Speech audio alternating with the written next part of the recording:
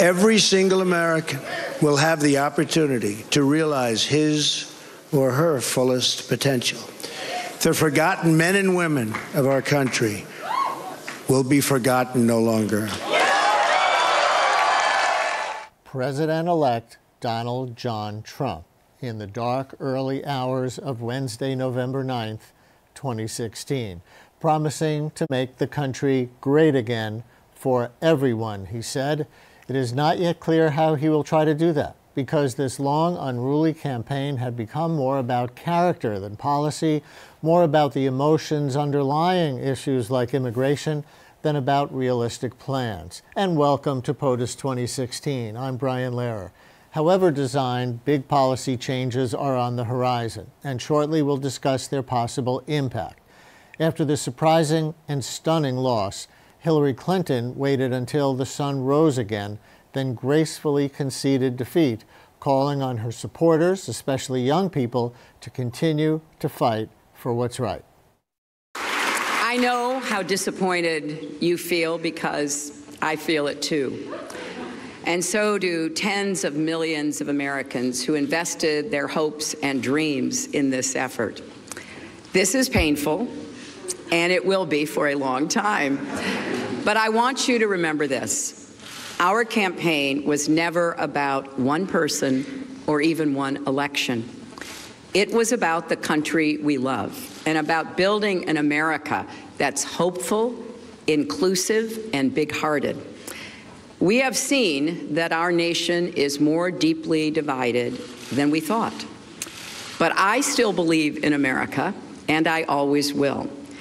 And if you do, then we must accept this result and then look to the future.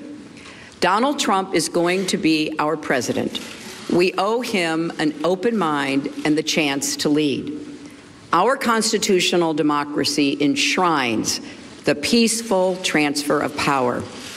And we don't just respect that, we cherish it. It also enshrines other things: the rule of law, the principle that we are all equal in rights and dignity, freedom of worship and expression. We respect and cherish these values too, and we must defend them. No, the highest and hardest glass ceiling has not been shattered. But in the course of the campaign, the Republican Party fractured, and now the Democrats must rebuild as well. Both will have to look carefully at the issues, divisions, and demographics behind Tuesday's results. We can begin to do that even now. First, some numbers. With 95% of the votes in, Donald Trump has won 279 Electoral College votes to Hillary Clinton's 228. But it appears that Clinton will win the popular vote by a razor-thin margin of about 0.2%. Basically, both Trump and Clinton got 48% of the popular vote. Tuesday's loss was a resounding defeat for Democrats who have long thought that the country's changing demographics would work against Trump, a sentiment that appeared to be backed by science from a community of pollsters and forecasters tracking the election. But there was one thing pollsters did get right: the importance of voter turnout. According to the U.S. Elections Project, general election voter turnout was the lowest since 2004, as just 56% of the eligible voting population cast a ballot. It's a trend that worked to Trump's benefit. Turnout did surge among Latinos in Colorado, Arizona, Florida, and Nevada, but only 65% of those Latinos supported Clinton, while 29% voted for Trump. In 2012, Romney secured only 27%. Yes, Trump did better with Latinos than Romney. So, with roughly 1 in 3 Latinos breaking for Trump, Trump was able to deliver the key state of Florida and set the stage for a Republican bulldozing of Clinton's blue firewall, as it was called, by another important surge in voter turnout: working-class whites. According to Harry Enton over at 538, the worst polling errors occurred in states where white, non-college educated voters made up most of the white electorate. White men and women without a college degree represented a third of the electorate Tuesday. According to exit polling, Trump won over these voters by a 39-point margin, moving well beyond Mitt Romney's 25 points in 2012. With economic issues driving their decision, Trump was able to plow through the Rust Belt states, notching a big win in Ohio and upsets in Pennsylvania and Wisconsin. Looking deeper, 47% of Ohio voters said trade hurts workers and backed Trump by more than a 2-to-1 margin. In Pennsylvania, more than half agreed that trade is bad for jobs, and 62% of them supported Trump. And in Michigan, half of the electorate felt that trade took away jobs, 57% of them supporting Trump. It appears that the GOP came home to a candidate who happened to cater to mobilized working-class whites. Hillary looked tied to Wall Street and against the basket of deplorables, which many working-class whites took to mean them. So how might all this play out in the coming 4 years? Joining me on the phone from Canada, David Frum, senior editor of The Atlantic, former George W. Bush speechwriter, longtime Republican who this year urged voters to support Hillary Clinton. David, you went to Canada already? Actually, I'm about to board a plane heading back. I'm not in exile. I was just here commenting on CBC News. Okay, just making sure. Somebody I know did text me last night, Vancouver or Toronto, suggesting we move there, even though that was a joke. So what happened, David, and did you see it coming? I certainly did not see it coming. I thought I was saying something clever when I told people that I believed the election would be closer than the polls indicated, but I never imagined that any result other than a Clinton victory. As I said, I never believed that she was going to make it in Arizona and Georgia and places like that, but I did assume that she would win Pennsylvania. So I'm as surprised as anybody, and I can't claim any special foresight into the future. How much of this do you think was gender bias, intentional or unintentional? In other words, that people judged Hillary Clinton being a regular politician more harshly than they would have judged some guy being a regular politician? Look, I want to say this result is on the voters and the American people, but I think any attempt to create an excuse for Hillary Clinton is sorely misplaced. And one of the things that, to those, as I voted for her as the lesser evil, but to those of us who find her a difficult person to accept, one of the most irritating aspects of the Clinton personality is that she does things that are shocking by any measure. The idea that that the Clintons sold access to their past and future presidency for for assets totaling almost $250 million that she spent the first 2 years when she ought to have been working hard to win election, that she spent the first 2 years out giving 60 speeches for a total of $18 million. And she would then say, after this, when people said, that's kind of objectionable behavior, well, you only say that because I'm a woman. I don't know whether the reaction to her financial practices is greater than it would have been for a man who did the same thing. But the point is, it's unacceptable. And the fact that she got some extra serving of unacceptability for things that are unacceptable, even if that were true, I don't find that interesting. I mean, the fact is, she did things that were unacceptable, and now the whole republic will pay the price. And you wrote in your endorsement of her, your very reluctant endorsement of her in The Atlantic, that you, as a Republican and with the values that you have, would probably disagree with her on almost every important issue, and yet you were going to vote for her. So you must be really afraid of some things that you think Donald Trump is going to do. Can you enumerate some? Well, in fact, I was on Twitter this morning and literally enumerated them by a count of 10. And let me tell you what I'm most afraid of. I think the evidence strongly supports that Donald Trump's first interest, really his supreme interest, is always the self-enrichment by any means, fair or foul. In fact, there's some evidence he prefers the foul means. Nobody has ever explored the self-enrichment possibilities of the occupancy of the presidency, but Donald Trump is about to do it. And the other thing we know about him is he can't abide criticism of any kind, and he's incredibly vindictive. As he says, he believes if someone screws you, screw them back 10 times as hard. His practices are going to give rise to scandal. They're going to be unethical. He's going to be licensing his brand while serving as president. That's a way to direct for any foreign leader who wants to direct bribes directly to the family of the president. So there's going to be reaction. And when there is that reaction, his instinct is going to be to suppress criticism. He will very likely have a new FBI director to appoint after James Comey resigns, which in other circumstances you would say he should. But, and we are going to see him build a structure of retaliation and repression in order to protect his business practices. I'm really worried about that. You think Comey's going to resign? At this point, I hope he does not, because I think any successor will be worse. I think he should resign. I think what happened, what the FBI did, was unconscionable, and we'll all be losers for it. But this is one of those, again, the lesson of this year to all my Bernie bot friends is always remember, you vote for the least of, you make the adult choice for the lesser evil.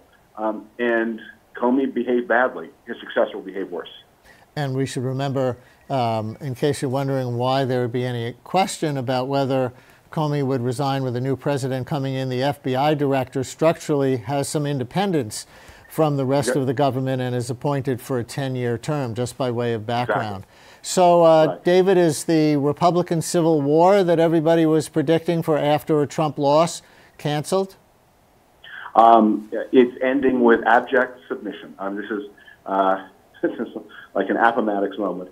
There's a lot of phoniness about this. I just was watching Paul Ryan on television talking about how he completely supported Donald Trump's populist agenda for the common man, which is a whole series of comic expressions right there. But Donald Trump will give the House and Senate Republicans enough of what they want to buy their consent for what he most wants.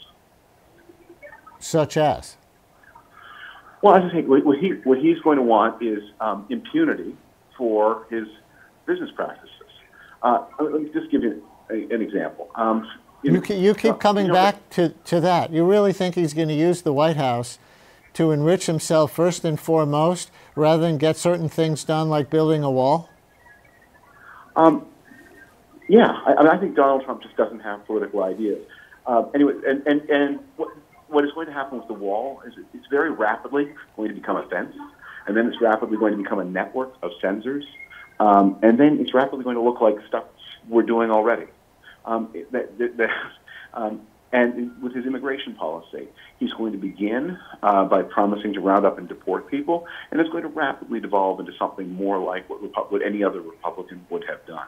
In that way, he's not going to be distinctive. What may be distinctive is that we're going to have a bigger tax cut than we otherwise would, and we'll have more spending. We're likely to have a big infrastructure program with an eye to putting blue-collar men into well-paid work, and we're likely to have bigger deficits than we otherwise would have, because I think he's going to be a spender. But that's not what is distinctive and interesting to him about the presidency. He wants power, he wants prestige, he wants status. And what will he give Paul Ryan? Almost all of Paul Ryan's domestic agenda, which Paul Ryan was not going to be able to deliver for himself. You are going to look. This is going to what is coming now is going to be 1965 in reverse. Republicans are going to among the first orders of business. That was Lyndon Johnson's war on poverty that you're referring to? Right. In 1965, we saw a burst of domestic activism that dwarfs anything. Maybe what President Obama did in 2009 sort of equals it. Civil rights and Medicare and Medicaid and the war on poverty and the beginnings of federal environmental legislation. So we're going to have a lot of that in reverse. We're going to see, I think, basically the repeal of Obamacare. We're going to see a giant tax cut. We're going to see a big infrastructure program. And those things are going to proceed. We're going to see, by the way, the rapid confirmation of a net justice of the Supreme Court as well, confirming Republican control over all the branches of government.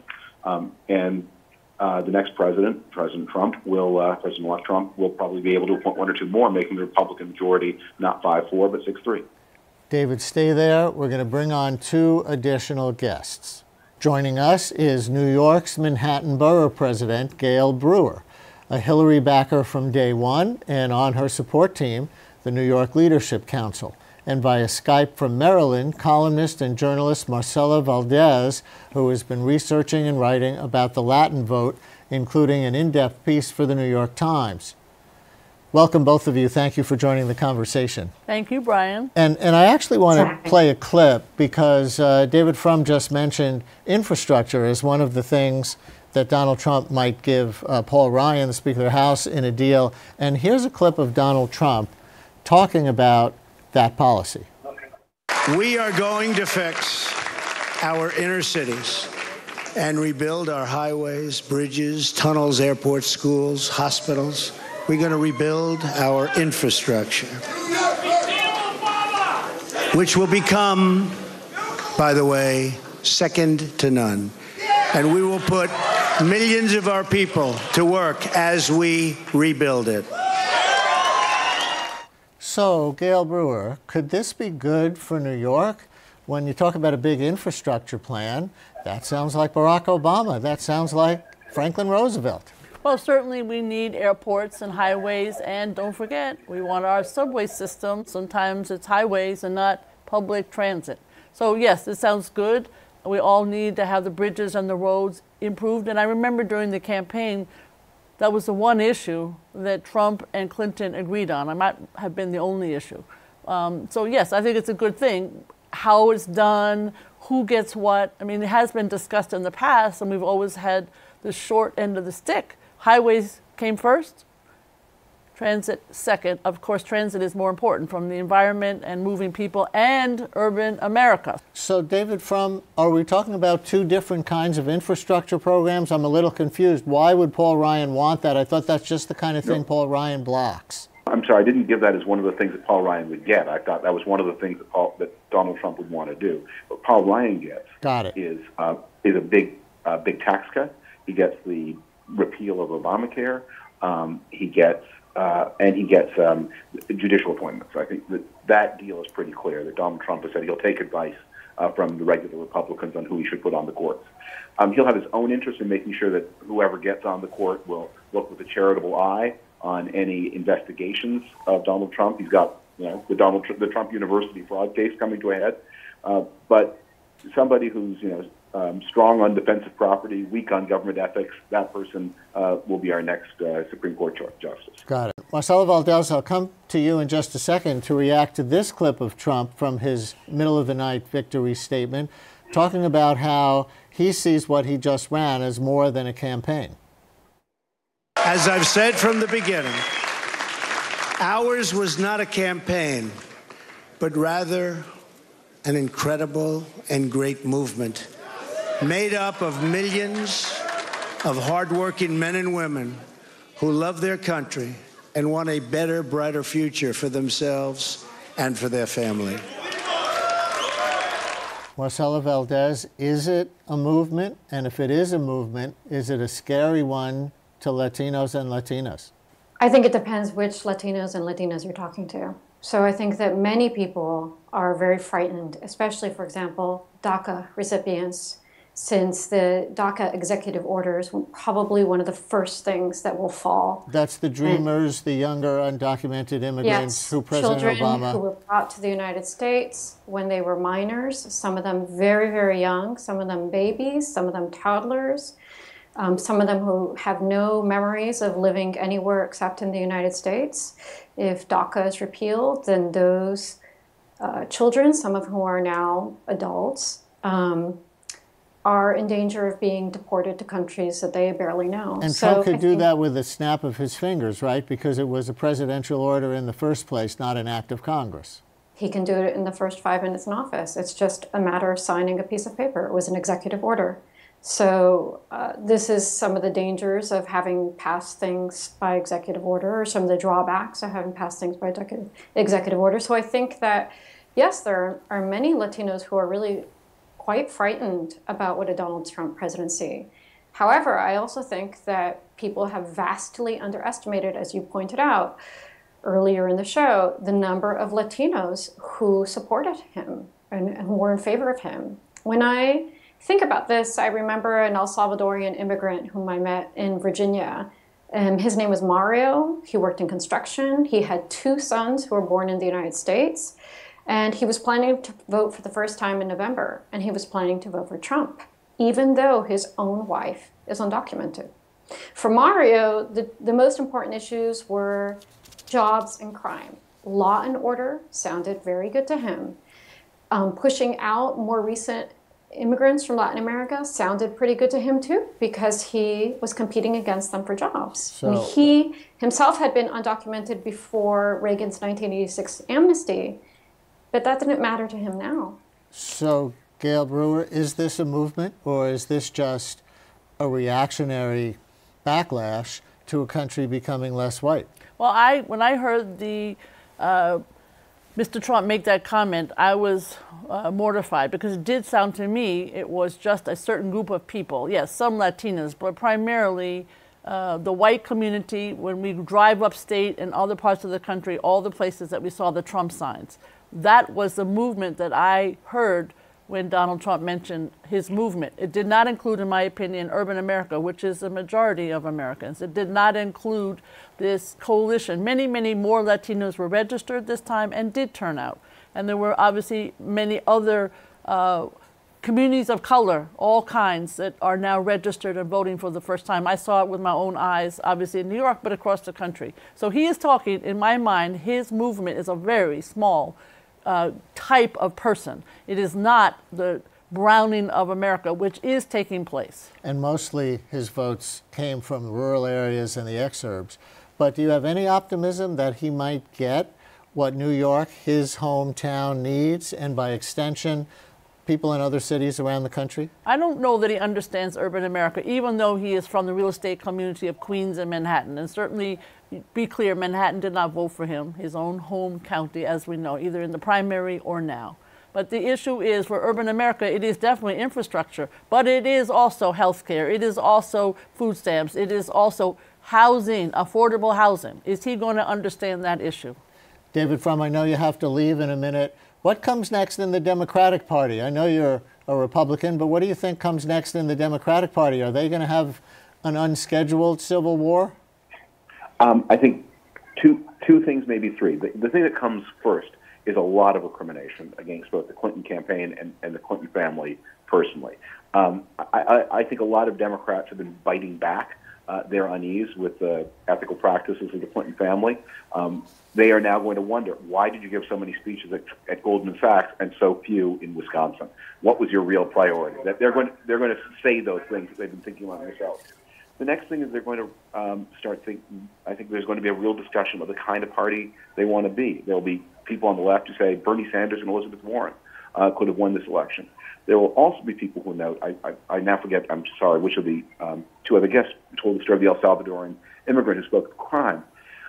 One of the ideas that Democrats have always had is that they can be a rainbow coalition to conclude all so many different kinds of ethnic groups that are dissatisfied in the same coalition. It turns out those groups may dislike each other, or many of those groups may dislike each other more than they dislike their Republican opponents. And Democrats are going to have to rethink the easy assumption that all the pieces of the coalition easily fit together. I would take issue with a little bit of that, just in the sense that I don't think that the point is that they see Republicans as their opponents. I think that Latinos in America can be as diverse in their political viewpoints as any other ethnic group, including non-Hispanic whites. So when they are voting for Trump, they don't think of voting for their opponents. They are thinking that they are voting for the person who represents their values. That's not the majority of Latinos, but is obviously a sizable percentage. David Frum, thanks a lot. Come on back into the country. Don't forget your passport, or you might get deported. Just kidding. Thank you. Do you think, Gail Brewer, that Bernie Sanders, even though you were a Clinton supporter during the primaries too, might have won this election? I don't know. I mean, it's a little bit 20/20 hindsight. Obviously, I have many friends who are Bernie supporters, many friends who were Clinton supporters. We did come together, I felt, before the convention and work together. Bernie Sanders, and you hear this from the press, and Trump hit a nerve in terms of people who are disaffected. But I will point out, when Obama was in office at the beginning, there were 14 Republican governors. Now there are 31 Republican governors. So you had the question of what could the Democrats do? We have to work on this pipeline. I mean, some of my colleagues in government, Democrats and Republicans, are not model citizens. But when I say that, I don't mean the corruption so much. That's an issue. We have to focus on the everyday issues of Americans. In other words, of what I call in New York the quality of life. That might be something different in a small town, but it means how you can survive. Does government respond to your needs every single day? Does the Department of Motor Vehicles make it easy for you to get your driver's license? Or in New York City, do we pay attention to making sure that you can get an affordable apartment? Those kinds of issues have to be the bread and butter. We don't forget pro-choice, we don't forget gay rights, we don't forget human rights, ever. And certainly we don't forget immigration. But all these other issues we need to have more of a focus on, and we have to build this pipeline of good Democrats to be elected. Marcela, do you think there's any opportunity for Donald Trump to start bringing the country together in a new kind of way? After all, we've been polarized along party lines for a long, long time. He's seen as such a divisive force, but does he have an opportunity because of the way the parties would have to realign now to bring us together, or are you not optimistic? Of course there's an opportunity. I have lots of apprehensions though, and my apprehensions have to do with things that David Frum mentioned, particularly what his reaction to dissent might look like. What if he makes an opportunity to unite and people do not want to unite behind his policy? How will he react to a dissenting force like the kind that W. Bush faced when he was a presidency? We've seen a lot of aggressive behavior towards journalists at his rallies, sometimes aggressive verbal comments from Trump himself. So I'm very apprehensive about not his effort to unify, but what his reaction to resistance to unity under his policies might look like.